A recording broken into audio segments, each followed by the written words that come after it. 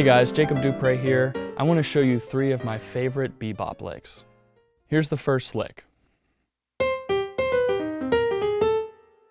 Now that lick you may recognize because it's based off a famous jazz tune that's very recognizable that a lot of people know.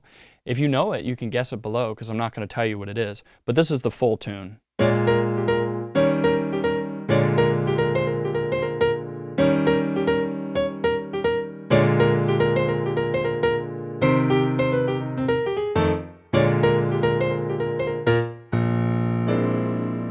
So it's the very end is one of my favorite licks. I know that I use it a lot of time. It's definitely in my playing because, you know, playing, especially in jazz when you're improvising, is kind of like a language. It's kind of like your language, and you build your licks and your ideas, and then they become part of how you speak when you play. So this is one word perhaps in my vocabulary that I used a lot, or a phrase perhaps.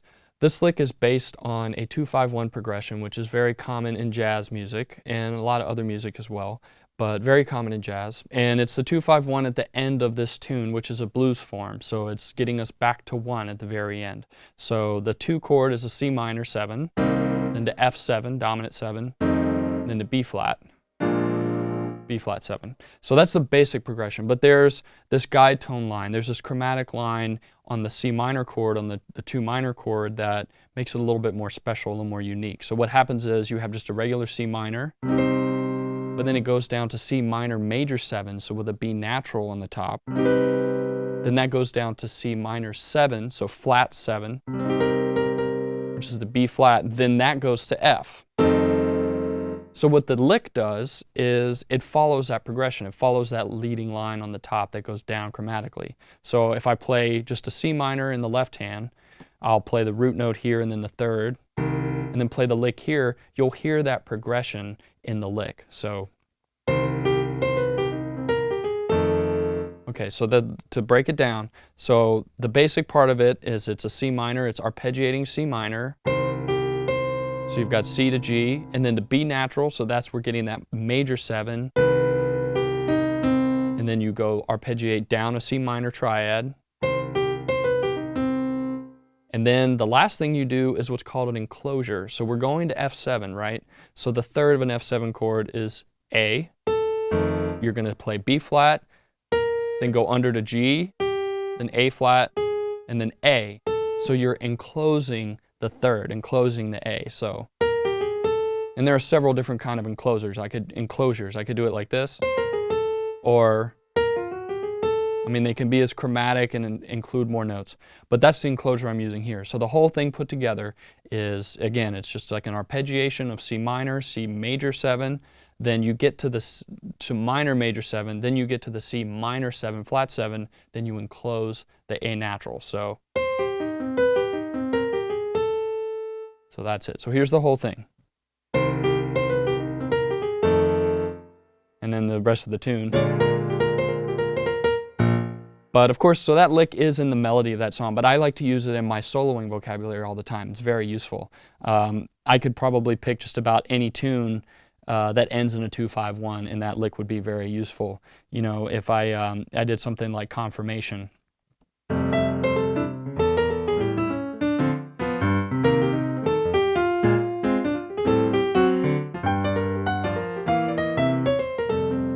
So I threw it in at the end of that 8-bar phrase, getting back into 1, because I had a 2-5 right there. So, and that's another great thing to do. Now, I'm not in B flat anymore. That was a 2-5 going to F. You got to practice these licks in other keys. So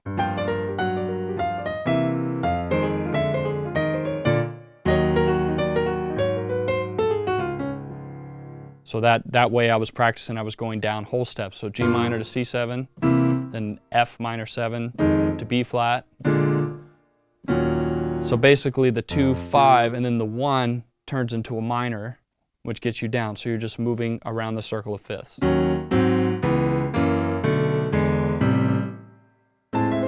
So like this.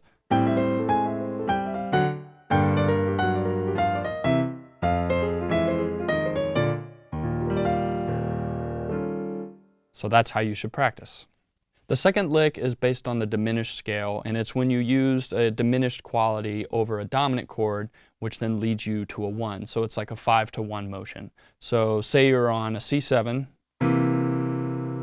and if you think of a C7, but you think of a half-whole diminished scale, so you're thinking starting on C, then you go up a half step, then up a whole step, up a half step, whole step, so then you get half-whole diminished, which is this. So the lick is based on a little pattern that uses that scale, but it uses it over a C7 chord. So just the basic chords, C, E, and B flat, and then this is the lick, which gets you to F, F major, or F7. That would be leading to F7.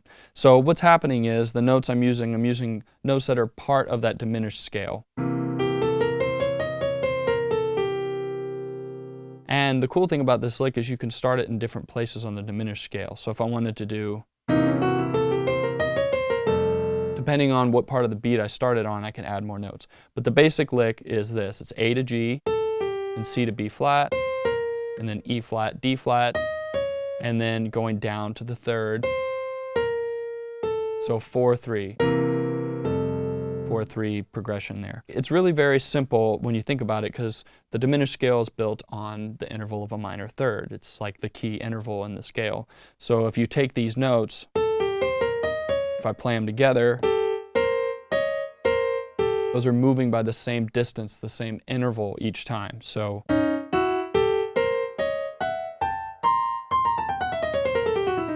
that's a diminished scale. So one more time. So if I was gonna, well, I'll show you. If I was gonna use it in context, it would maybe be, I'll use it over confirmation again. So starting at the beginning.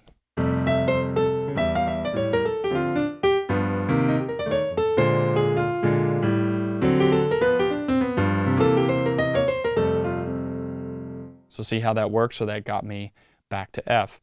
Again, you gotta practice this one in other keys. So one especially really important thing about practicing in other keys, I'm kind of rattling it off just to show it to you here, but play with a metronome. Make yourself play in time. Don't play it faster than what you can play it cleanly. So even if it means you've got to do, and then you got to do, and you go from key to key, and if you, whatever progression you have to go to different keys, play to a metronome and only speed up when you've gotten it clean. That's very important. The third lick is based again on a 2-5-1 progression, common in bebop once again. So this time we're in E flat major, so we have F minor 9 here, then going to B flat with a sharp 5, and then to E flat major. So that's the basic progression that this lick follows. And the important part to pay attention to is this 9, which voice leads down to the sharp 5, and then down to the 9 of E flat major. So you get, and then with the chords, so the lick follows those notes, that G, F sharp to F. So doesn't do it exactly in the timing I was doing it before, but it follows this voice leading. So once again, and you can play variations of that. If you don't want to do that turn, you could do something like, or it could be even simpler. I went up that time instead, but I still used that F, F sharp, G, that progression, that sharp 5, going down to the 9.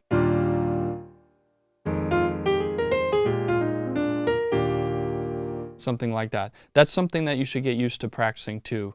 You know, soloing, especially bebop language or any style that has a vocabulary for improvising, is not about licks. It's not about learning licks. Licks can get you into the vocabulary, but eventually you have to make them your own, tweak them, improvise with the licks. You know, pretend that's the song, the tune of the song, and you have to improvise on it. So, you know,